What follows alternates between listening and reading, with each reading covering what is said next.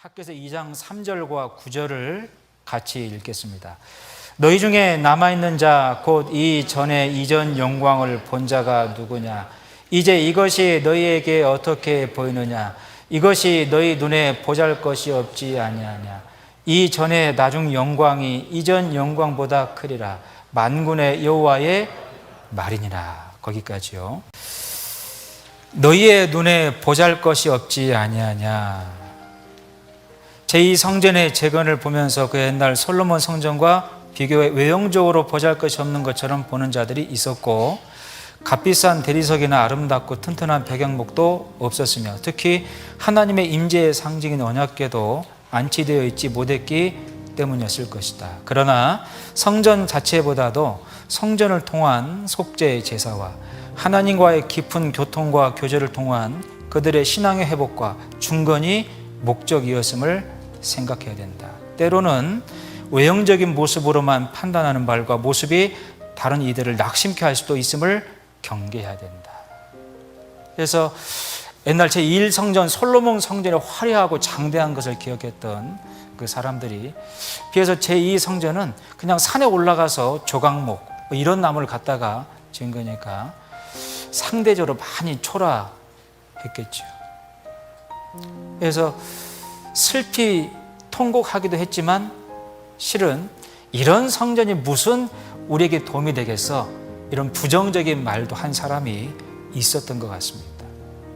그 악평하는 말이 다른 사람들에게 좋은 영향을 주겠습니까? 안 좋은 영향을 주겠습니까? 12명의 정탐꾼을 가나안 땅에 보냈습니다. 그러죠? 근데 왜 정탐꾼을 보냈을까요? 너희가 가서 정복할 것인지 포기할 것인지 결정해봐라. 아니죠. 이미 정복은 결정되어 있고 약속되어 있습니다. 가서 밟아라 라고 말씀했잖아요. 왜 정탐꾼을 보낸 겁니까?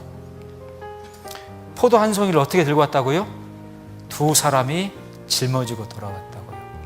정말로 기쁨의 상징이 포도지 않습니까? 젖과 꿀이 흘렀던 그 아름다운 땅. 근데 거인족이 살고 있습니다. 철병거를 타고 있고, 항상 기쁨의 그 조건과 그걸 막는 조건은 같이 있습니다. 그러니 기쁨이 내 것이 되려면 막는 조건과 싸워야 됩니다. 싸우지 않고서는 기쁨이 내 것이 될 수 없죠. 그런데 10명의 정탐꾼은 우리가 메뚜기 같다. 세상에 거인족을 보니 산악지대를 철병거를 타고 왔다 갔다 하는데, 그 거인족 앞에 서보니 우리는 메뚜기 같다. 다 죽을 거야. 그러니 돌아가자. 우리 괜히 나왔다. 모세를 원망하기까지 했습니다. 근데 여호수아와 갈렙은요, 가자! 저들 우리의 밥이다. 하나님의 약속을 보자. 아마 여호수아와 갈렙이 앞을 보지보다는 봉사였다 할지라도 가자고 했을 겁니다. 그들은 앞에 보이는 현실을 본 게 아니고 하나님과 말씀을 받습니다. 여러분, 신앙 가운데 항상 두 가지가 내 마음에 공존합니다. 이성적인 판단과 현실을 정확하게 바라보고자 하는 이성적인 판단과 믿음 영역입니다. 스펄전 목사 그런 말을 했어요.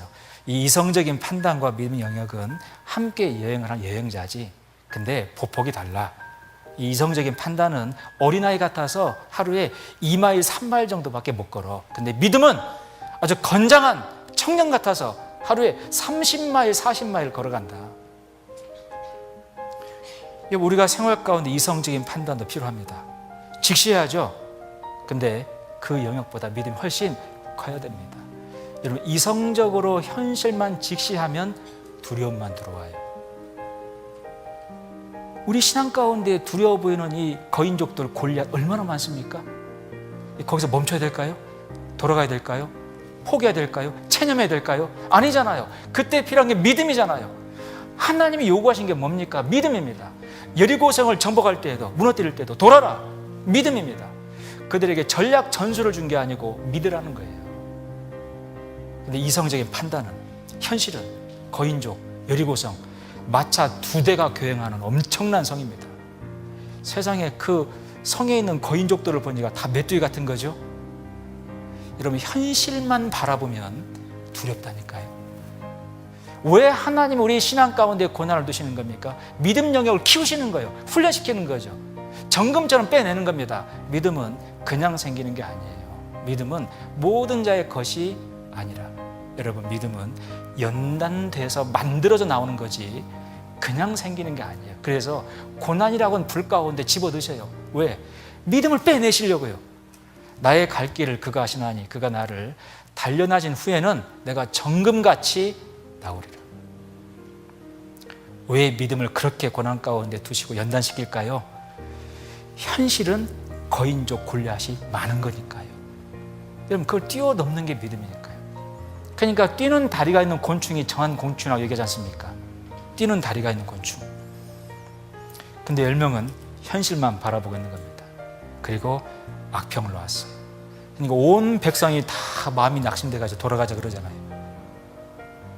여러분, 내가 어느 순간 신앙의 낙심과 신앙의 실족을 줄 수도 있다는 겁니다. 정말 믿음으로 하지 못하는 것.